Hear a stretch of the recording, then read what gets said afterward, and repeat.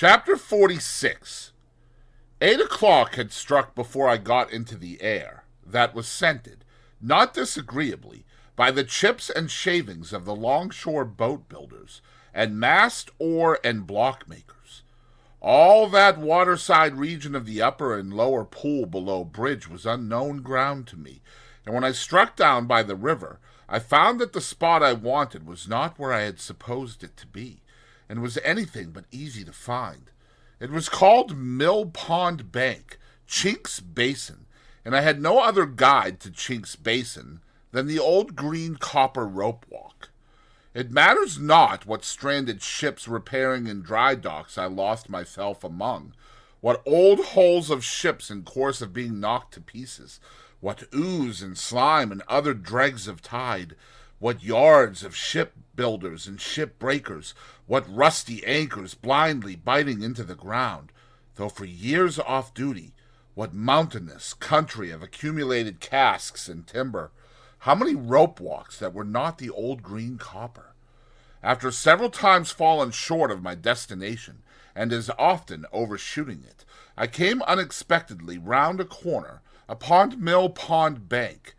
It was a fresh kind of place, all circumstances considered, where the wind from the river had room to turn itself round, and there were 2 or 3 trees in it, and there was the stump of a ruined windmill, and there was the old green copper rope walk, whose long and narrow vista I could trace in the moonlight, along a series of wooden frames set in the ground, that looked like superannuated haymaking rakes, which had grown old and lost most of their teeth. Selecting from the few queer houses upon Mill Pond Bank, a house with a wooden front and 3 stories of bow window, not bay window, which is another thing, I looked at the plate upon the door, and read there, Mrs. Wimple. That being the name I wanted, I knocked, and an elderly woman of a pleasant and thriving appearance responded. She was immediately deposed, however, by Herbert, who silently led me into the parlor and shut the door. It was an odd sensation to see his very familiar face established quite at home in that very unfamiliar room and region. I found myself looking at him, much as I looked at the corner cupboard with the glass and china, the shells upon the chimney-piece, and the colored engravings on the wall, representing the death of Captain Cook, a ship launch, and His Majesty King George III in a state coachman's wig, leather breeches, and top boots on the terrace at Windsor. "All is well, Handel," said Herbert, "and he is quite satisfied, though eager to see you. My dear girl is with her father, and if you'll wait till she comes down, I'll make you known to her, and then we'll go upstairs. That's her father." I had become aware of an alarming growling overhead, and had probably expressed the fact in my countenance. "I am afraid he is a sad old rascal," said Herbert, smiling, "but I have never seen him. Don't you smell rum? He is always at it." "At rum?" said I. "Yes," returned Herbert, "and you may suppose how mild it makes his gout. He persists, too, in keeping all the provisions upstairs in his room and serving them out. He keeps them on shelves over his head, and will weigh them all. His room must be like a chandler's shop." While he thus spoke, the growling noise became a prolonged roar, and then died away. "What else can be the consequence?" said Herbert, in explanation. "If he will cut the cheese, a man with the gout in his right hand and everywhere else can't expect to get through a double Gloucester without hurting himself." He seemed to have hurt himself very much, for he gave another furious roar. "To have Provis for an upper lodger is quite a godsend to Mrs. Wimple," said Herbert, "for of course people in general won't stand that noise. A curious place, Handel, isn't it?" It was a curious place indeed, but remarkably well kept and clean. "Mrs. Wimple," said Herbert, when I told him so, "is the best of housewives, and I really do not know what my Clara would do without her motherly help. For Clara has no mother of her own, Handel, and no relation in the world but old Gruffingrim." "Surely that's not his name, Herbert." No, no, said Herbert. That's my name for him. His name is Mr. Barley. But what a blessing it is for the son of my father and mother to love a girl who has no relations, and who can never bother herself or anybody else about her family. Herbert had told me on former occasions, and now reminded me, that he first knew Miss Clara Barley when she was completing her education at an establishment at Hammersmith, and that on her being recalled home to nurse her father, he and she had confided their affection to the motherly Mrs. Wimple, by whom it had been fostered and regulated with equal kindness and discretion ever since. It was understood that nothing of a tender nature could possibly be confided to old Barley, by reason of his being totally unequal to the consideration of any subject more psychological than gout, rum, and purser's stores. As we were thus conversing in a low tone while old Barley's sustained growl vibrated in the beam that crossed the ceiling, the room door opened, and a very pretty, slight, dark-eyed girl of 20 or so came in with a basket in her hand, whom Herbert tenderly relieved of the basket and presented, blushing, as Clara. She really was a most charming girl, and might have passed for a captive fairy, whom that truculent ogre, old Barley, had pressed into his service. "Look here," said Herbert, showing me the basket with a compassionate and tender smile, after we had talked a little. "Here's poor Clara's supper, served out every night. Here's her allowance of bread, and here's her slice of cheese, and here's her rum, which I drink. This is Mr. Barley's breakfast for tomorrow, served out to be cooked. 2 mutton chops, 3 potatoes, some split peas, a little flour, 2 ounces of butter, a pinch of salt, and all this black pepper. It's stewed up together and taken hot, and it's a nice thing for the gout, I should think." There was something so natural and winning in Clara's resigned way of looking at these stores in detail, as Herbert pointed them out, and something so confiding, loving, and innocent in her modest manner of yielding herself to Herbert's embracing arm, and something so gentle in her, so much needing protection on Mill Pond Bank, by Chink's Basin, and the old green copper rope walk, with old Barley growling in the beam, that I would not have undone the engagement between her and Herbert for all the money in the pocketbook I had never opened. I was looking at her with pleasure and admiration, when suddenly the growl swelled into a roar again, and a frightful bumping noise was heard above, as if a giant with a wooden leg were trying to bore it through the ceiling to come at us. Upon this, Clara said to Herbert, "Papa wants me, darling," and ran away. "There's an unconscionable old shark for you," said Herbert. "What do you suppose he wants now, Handel?" "I don't know," said I. "Something to drink?" "That's it!" cried Herbert, as if I had made a guess of extraordinary merit. "He keeps his grog ready mixed in a little tub on the table. Wait a moment, and you'll hear Clara lift it up to take some. There he goes!" Another roar, with a prolonged shake at the end. "Now!" said Herbert, as it was succeeded by silence. "He's drinking! Now!" said Herbert, as the growl resounded in the beam once more. "He's down again on his back." Clara returned soon afterwards, and Herbert accompanied me upstairs to see our charge. As we passed Mr. Barley's door, he was heard hoarsely muttering within, in a strain that rose and fell like the wind, the following refrain, in which I substitute good wishes for something quite the reverse. "Ahoy! Bless your eyes! Here's old Bill Barley! Here's old Bill Barley! Bless your eyes! Here's old Bill Barley on the flat of his back, by the Lord! Lying on the flat of his back like a drifting old dead flounder! Here's your old Bill Barley! Bless your eyes! Ahoy! Bless you!" In this strain of consolation, Herbert informed me the invisible Barley would commune with himself by the day and night together, often, while it was light, having, at the same time, one eye at a telescope which was fitted on his bed for the convenience of sweeping the river. In his 2 cabin rooms at the top of the house, which were fresh and airy, and in which Mr. Barley was less audible than below, I found Provis comfortably settled.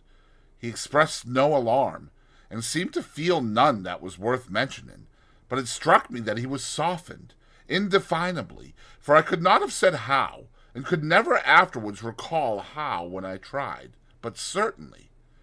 The opportunity that the day's rest had given me for reflection had resulted in my fully determining to say nothing to him respecting Compeyson. For anything I knew, his animosity towards the man might otherwise lead to his seeking him out and rushing on his own destruction.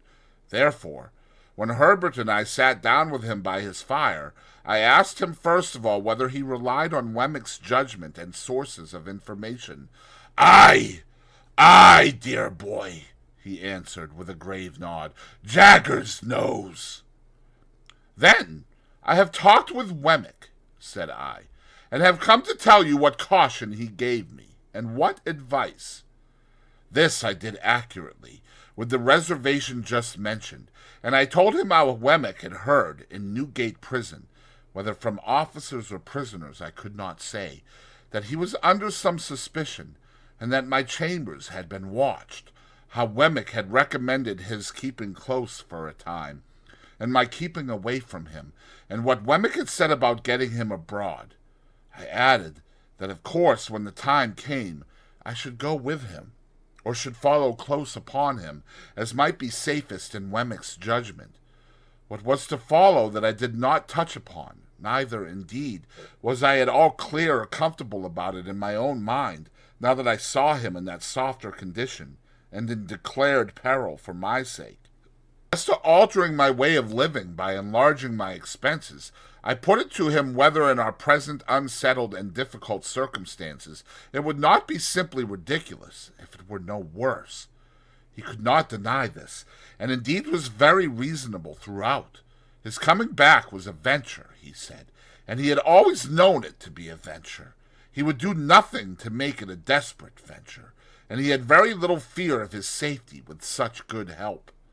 Herbert, who had been looking at the fire and pondering, here said that something had come into his thoughts arising out of Wemmick's suggestion, which it might be worth while to pursue. "We are both good watermen, Handel, and could take him down the river ourselves when the right time comes. No boat would then be hired for the purpose, and no boatman. That would save at least the chance of suspicion, and any chance is worth saving. Never mind the season. Don't you think it might be a good thing if you began at once to keep a boat at the Temple stairs, and were in the habit of rowing up and down the river? You fall into that habit, and then who notices or minds? Do it 20 or 50 times, and there is nothing special in your doing it the 21st or 51st. I liked this scheme, and Provis was quite elated by it. We agreed that it should be carried into execution, and that Provis should never recognize us if we came below bridge, and rowed past Mill Pond Bank. But we further agreed that he should pull down the blind in that part of his window which gave upon the east, whenever he saw us, and all was right. Our conference being now ended, and everything arranged, I rose to go, remarking to Herbert that he and I had better not go home together, and that I would take half an hour's start of him. "I don't like to leave you here," I said to Provis, "though I cannot doubt your being safer here than near me. Good-bye." "Dear boy," he answered, clasping my hands, "I don't know when we may meet again, and I don't like good-bye. Say good-night." "Good-night. Herbert will go regularly between us, and when the time comes you may be certain I shall be ready. Good night." Good night. Thought it best that he should stay in his own rooms, and we left him on the landing outside his door, holding a light over the stair rail to light us downstairs.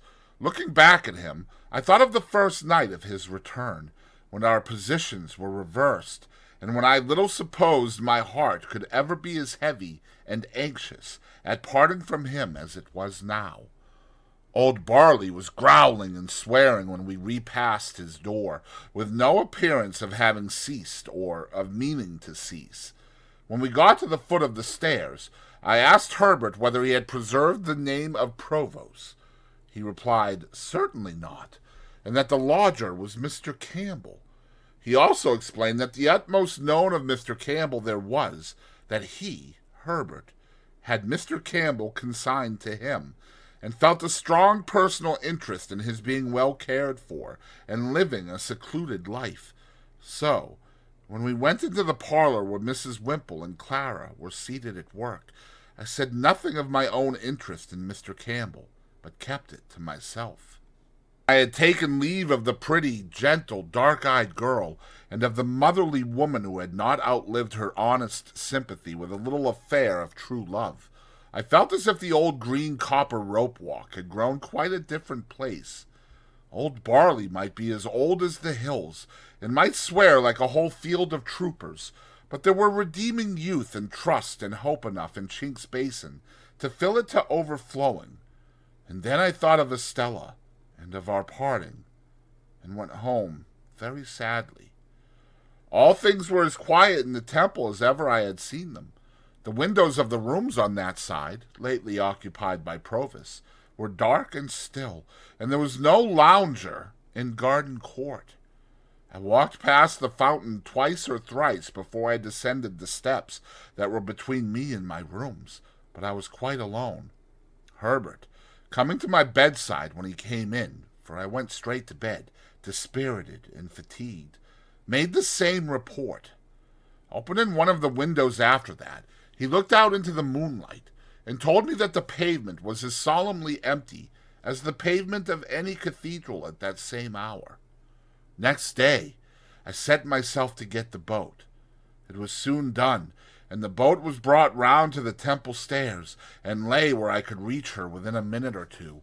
Then I began to go out as for training and practice, sometimes alone, and sometimes with Herbert. I was often out in cold, rain, and sleet, but nobody took much note of me after I had been out a few times. At first, I kept above Blackfriars Bridge, but as the hours of the tide changed, I took towards London Bridge. It was old London Bridge in those days, and at certain states of the tide there was a race and fall of water there, which gave a bad reputation. But I knew well enough how to shoot the bridge after seeing it done, and so began to row about among the shipping in the pool and down to Erith. The first time I passed Mill Pond Bank, Herbert and I were pulling a pair of oars, and both, in going and returning, we saw the blind towards the east come down. Herbert was rarely there less frequently than 3 times in a week, and he never brought me a single word of intelligence that was at all alarming.